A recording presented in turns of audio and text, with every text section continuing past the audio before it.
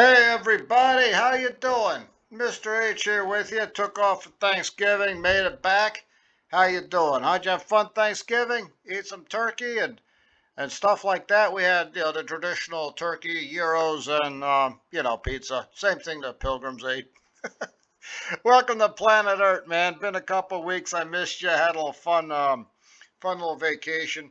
Hey, is it just me or does everything like slow down this time of year? It's something I've noticed for a long time now. If you try to call somebody, they get back to you like in 2 days. If you got something delivered, it seems to take longer. That's probably because of the volume, but it just seems like everybody's moving slower. Maybe I'm just moving faster. I don't know. I'm going to go with that. I'm just moving faster. I'm too fast for this planet, huh?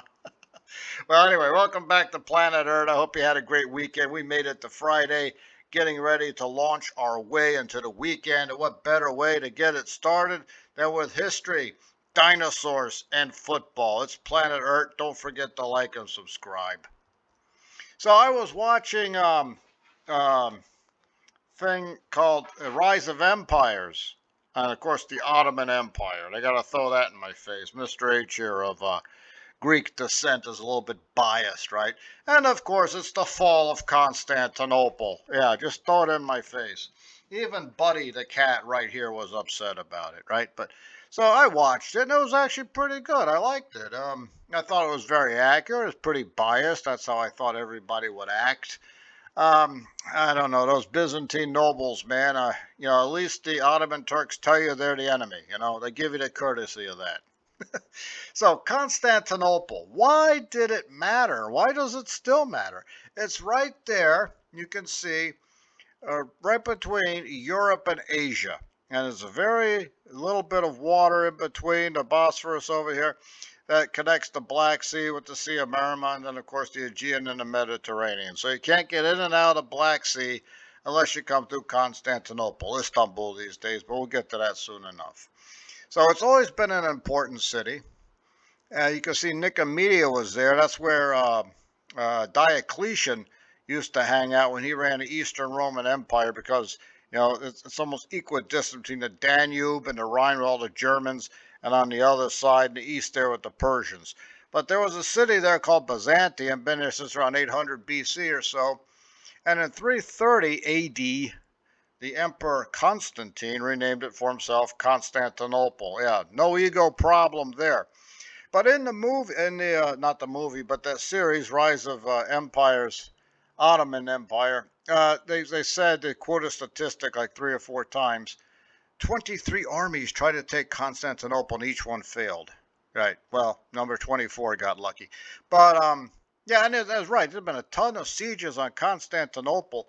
And me being Mr. H, while I'm walking around or running or doing whatever it is I'm doing, thinking about the sieges of Constantinople. And they're right. I mean, there were a lot of sieges. A lot of them failed. I'm going to show you a few of them. But you see, there's a little criteria. It's got to be an enemy army attacking. It can't be internal Roman or internal Byzantine strife. And the walls of Constantinople, those things that defied everybody, were built about 398 by Emperor Theodosius, the guy who made Christianity official religion of the Roman Empire, and also the same expletive deleted guy who canceled the Olympics. Right, mixed feelings there on Theodosius. So those are called the Theodosian walls, and those are the walls that defend Constantinople for 1,100 years. And of course, they added on after that.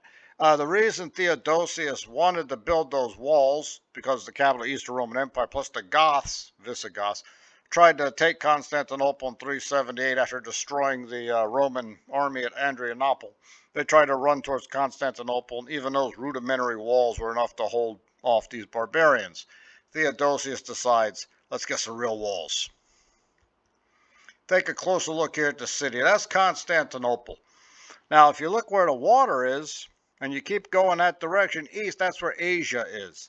Constantinople's on the European side. So if you want to take Constantinople by siege, you need an army, and you got to get that army around, across the water, around Constantinople, and attack from the west. So, like I said, you got to get there first. So if you're coming out of the Middle East, you got to get across that water. If you're coming down from Europe, you got those big walls, so at least you can get to the wall. Problem is you won't get past the wall. All right, so the first real foreign attack there in the Theodosian walls, the first one to ever try and test were the Persians in 626, all this being AD. Greeks and Persians fighting it out again. The more things change, the more they stay the same. The Persians had a civil war, right? A guy named Sorosis was thrown off the throne. Bitter rivals of the Byzantines. They end up going to Emperor Maurice, begging for mercy. He had nowhere else left to go. Maurice helps him out, puts him back on the throne. Suddenly everyone's happy. Then Maurice gets taken out in a palace coup. All right, and then the Persians attack to avenge their fallen friend and then decide, we're going to take the whole empire over. Guy from Carthage, Heraclius, remember him from the last show, comes over to basically overthrow the pretenders in Constantinople and has to fight the Persians. But he has to fight the Persians right there at Constantinople. They're sitting outside the city. They're on the Asian side. On the European side, they got a tribe from Bulgaria called the Avars. Avars are from the landward side. Remember what I showed you there? Persians trying to get across the water, but they can't get there. They can't link together. They can't get it together, so then Heraclius lands, behind the Persian rear over there in the Black Sea and cuts them off from behind. They got to call off the siege, and we know the story from there. They end up basically destroying the Persian Empire. Well, they fatally weaken it, and then the Umayyads show up. So Persians take a swing in 626. Doesn't work out so well. There's always another army out there, man. Here come the Umayyads, the people who destroy Persia. They take a couple swings over there at the Theodosian walls, and they come up short every single time. 654, can't get across the water. 669, right over there on the Asian side, can't get across the water. 674, guess what? They bring a navy. They get to the other side. They've got the city surrounded. Maybe Constantinople is going to fall. Took 4 years, and the Umayyads fail. Why? Because for some reason you try to take Constantinople, and the weather turns on you as well. They had the coldest, 3 straight coldest winters in recorded history of the Bosphorus up to that time, man. In a place where it doesn't get that cold. Eventually, the Arabs start running out of food. Constantinople, they've been getting ready for sieges for a long time. They ride out the storm. And then in 717, the biggest Umayyad army of all tries to come crashing down on Constantinople. They got a navy again. They surround the city. This time they're doing it on their own. They get on the European side, and they stand there and get nothing done. They try to climb the wall. They can't get over the wall. They push down the ladders. They're dumping Greek fire, which is like napalm on top of them. No chance. That entire army disintegrates, and they head back home. Last time we see the Umayyads, but don't worry. Plenty of other people showing up trying to take Constantinople, especially since it sits on the trade routes, right? Ooh, that's a big thing for you. Bulgaria comes up next. Look at this. In 813, the Byzantine Emperor, Nicophorus, I think his name was, went into Bulgaria, got ambushed, got killed, and they turned his skull into a drinking cup. Yeah, that's the Bulgarian Khan, a guy named Krum, K-R-U-M. So, yeah, Bulgarians in that era, pretty tough customers. They're still tough customers, but they are much nicer people now. I've met a lot of Bulgarians. They're really funny people. They really have fun, man. Those guys, they really know how to party. So in 813, they try to take a swing at Constantinople after killing the emperor. Can't get over the wall, man. Not going to happen. 100 years later, boom, they're trying to get over the wall again. Still not going to get there. But in 920s, well, they come up with a new idea. What if we try to overrun most of the Byzantine Empire's European side, especially Greece, and then cut them off from the city, and then starve Constantinople completely? They try it not once but twice. Boom, doesn't work either time. They did get pretty far into Greece, though. You can see that. And look at that. Almost made it to Mr. H's ancestral homeland there of Argos. They held on to that for a little while. It fell apart. Yeah, they looked good on a map, but they just could not hang on to it.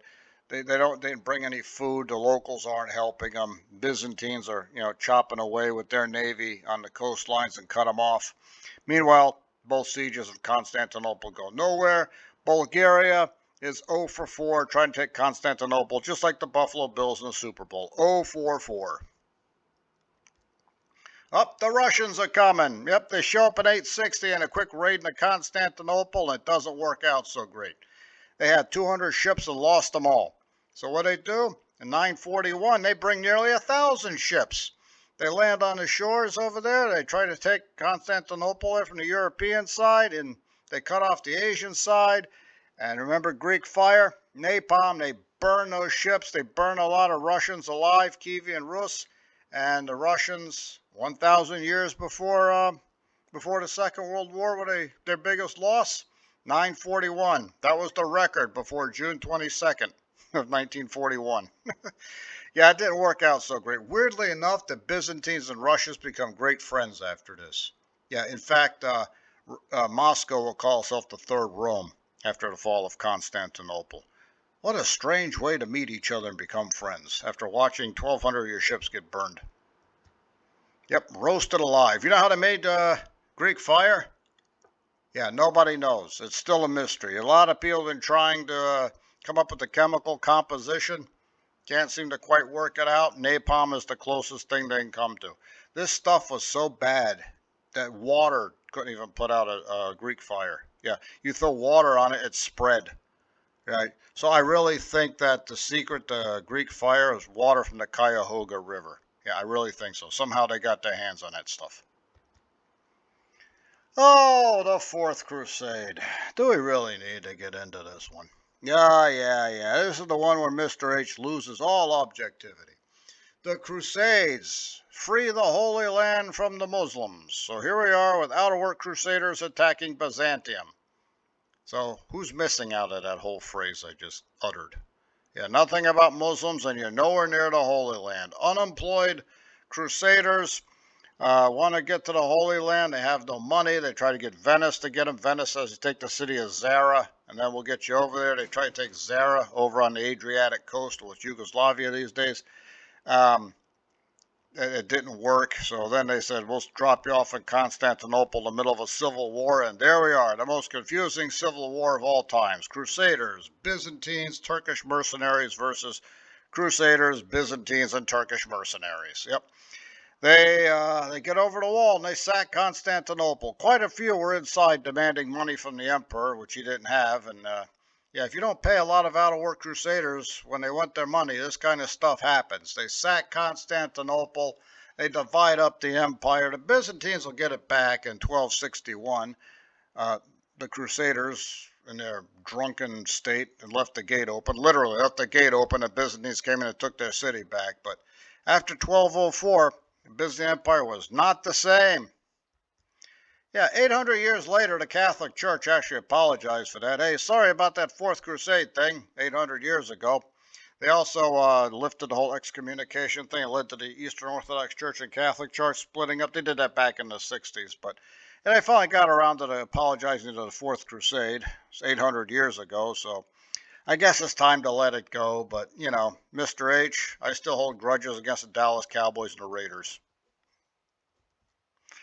They used to call Constantinople the Red Apple. The Turks would call it the Red Apple. It came from the deserts of Central Asia originally, now the deserts of Anatolia. So I guess an apple is something that's delicious and succulent. And yep, even Buddy agrees there as he's smacking the box around that we got for him. I even remember hearing this phrase in the movie there with the guy playing Mehmet II there in Rise of Empires. I will grasp the red apple of Constantinople and take a bite out of it. Okay, you want a red apple? I'll give you a red apple. Just let me finish putting the razor blade in. There's always been this belief that the Ottoman Turks besieged and took Constantinople on their first attempt. Nope, they had quite a few failed attempts, and I mean, give credit's due, man. They're definitely determined. The first attempt, I wrote list, should be first. It was in 1391. Try to get over the wall, can't do it. But they're on the European side this time because they had already defeated Serbia in 1389. So they didn't have to sail across. They're coming across. Plus, the Byzantine Empire definitely in decline at this point.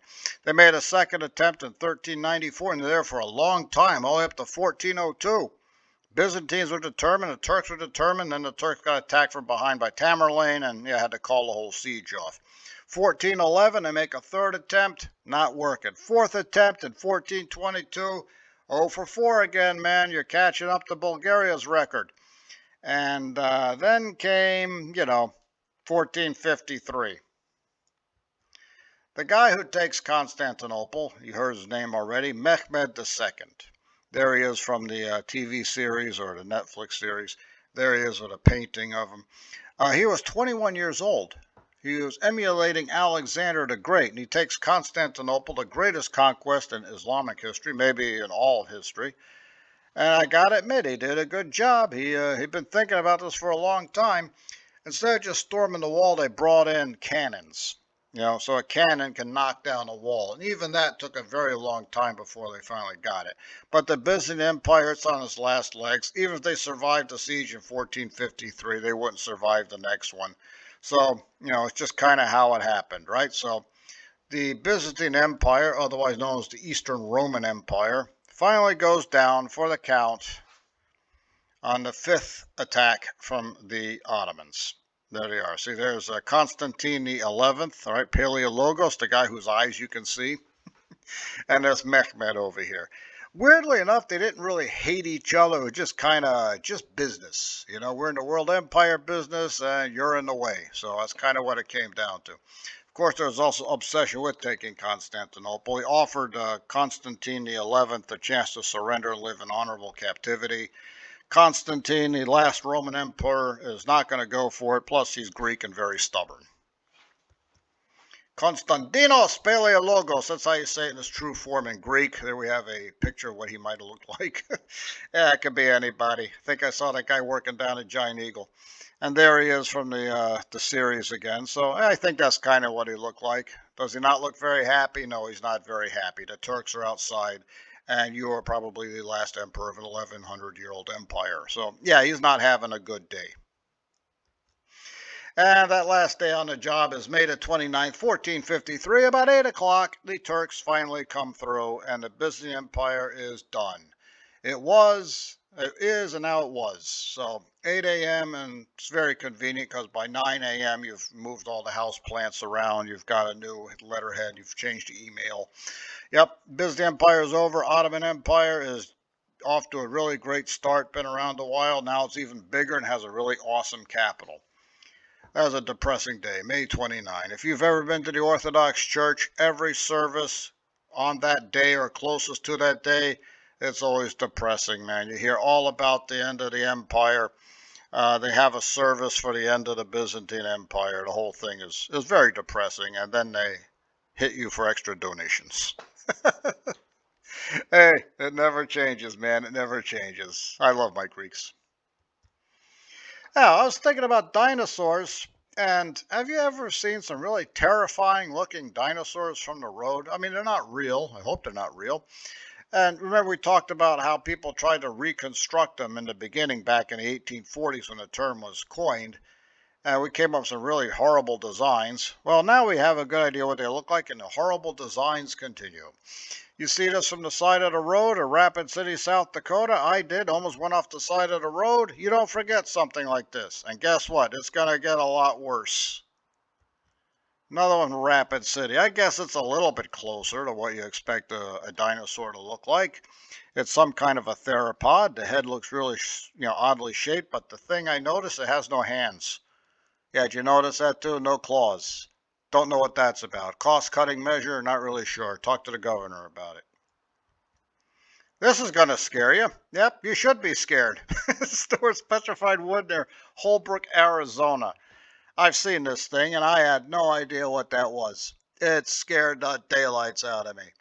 If I get a time machine, I go back in time to the Cretaceous, or maybe Jurassic, maybe even Triassic, and they look like this in real life, I'm going to be extremely disappointed and very upset. So this thing will definitely give you nightmares. Hey, look at this one in California, Cabazon. That's across the way from Arizona. It looks fairly accurate. Don't know about pink, big pink dinosaurs. Kind of strange. You see the theropod over here. It says, I love California. Makes one of you. Yeah, you see, this at least is quasi-accurate. I figured I needed to show you that before I showed you the next ones. Here we are in Drumheller, Alberta, right? You find a lot of dinosaurs over in these formations. You'd think they'd know what it looked like. That's again a theropod. I don't know what's up with the feet, suffering from giganticism or something. The head of this thing, I don't know if that is an alligator or perhaps some kind of mutant frog. Still thinking about that one. Let me know in the comments what you think. Here we are, White Post, Virginia. All right, we got Dinosaur Land. I'm going to go check this place out sometime soon. 40 replicas from the past. They look fairly accurate. I wonder what the gift shop looks like. Louisville, Kentucky. We got another Dinosaur Land down there, and this thing is out in the woods.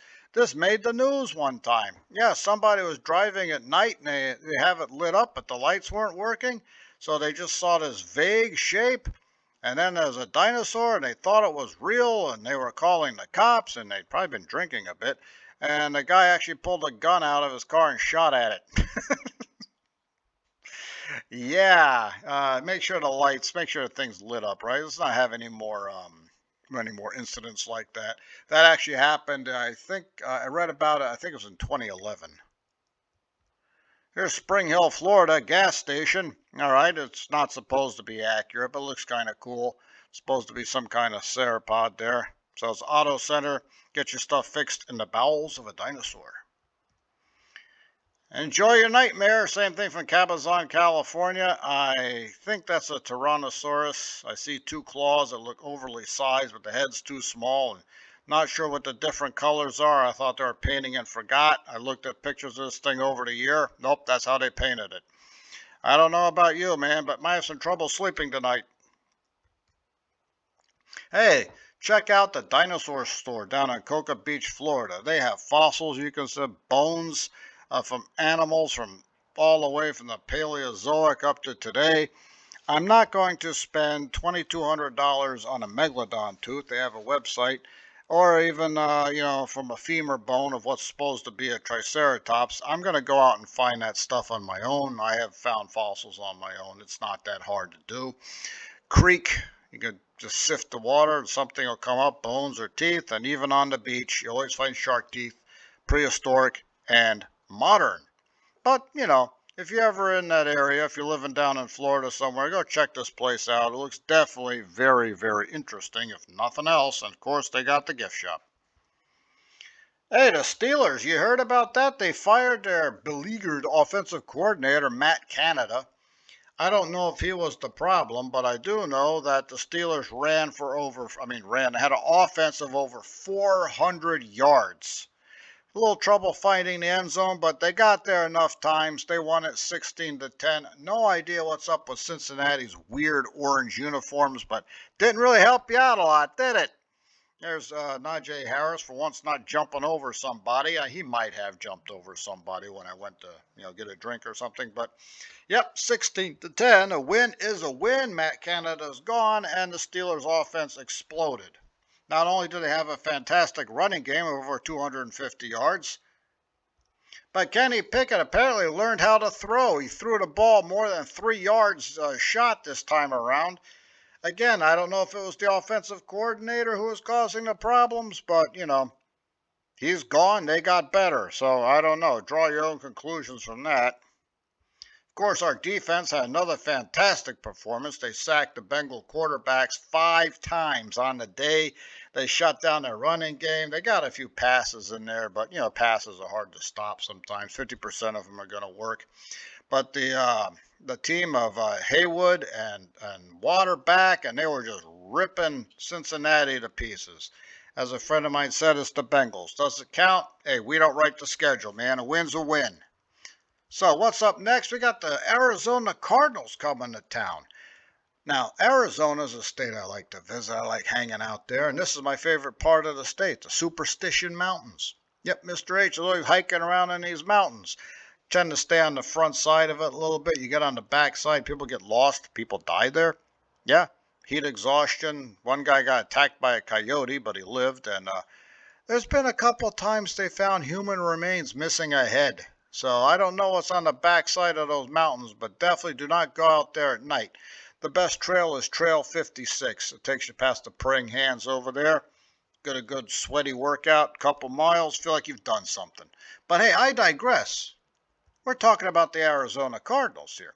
Now the Cardinals are 2-10. They're not very good. Even Cardinal fans will tell you that. But you never ever underestimate anyone.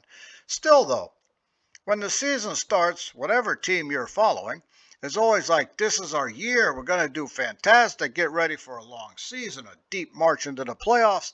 Arizona's website featured this, the new uniforms, called New Threads. Doesn't mention anything about how good they are or how they're going to beat up on Dallas or anything. Nope. They just said, we got new uniforms. So I got a feeling they already knew the season was doomed. So let's try and sell a few t-shirts and jerseys while we're at it. All you got to do is stop Kyle Murray. Now, I'm not underestimating the Cardinals, but they just aren't very good. If you stop their quarterback, who's really good, Kyler Murray, you stop the Cardinals. You can tell by the expression on his face he's had a rough year. He started off an injured reserve. He came back in, I think, middle of October. He hasn't done very well because he hasn't any practice. Plus, he has no offensive line and no supporting cast. So he's going to look like that to the end of the year, and after the Steelers are done, he might look even worse. Again, not underestimating anybody, but yeah, they're just not that good. So hopefully the Steelers do not fall in that habit of playing down to their competition. The worse the team are, the worse the Steelers usually play. So hopefully this time they remember who they are, win, and move on to the next game. All right, well, that's it for this week. I hope you guys have a fantastic weekend. I will see you here again next weekend, hopefully boasting about a Steeler victory over the Cardinals.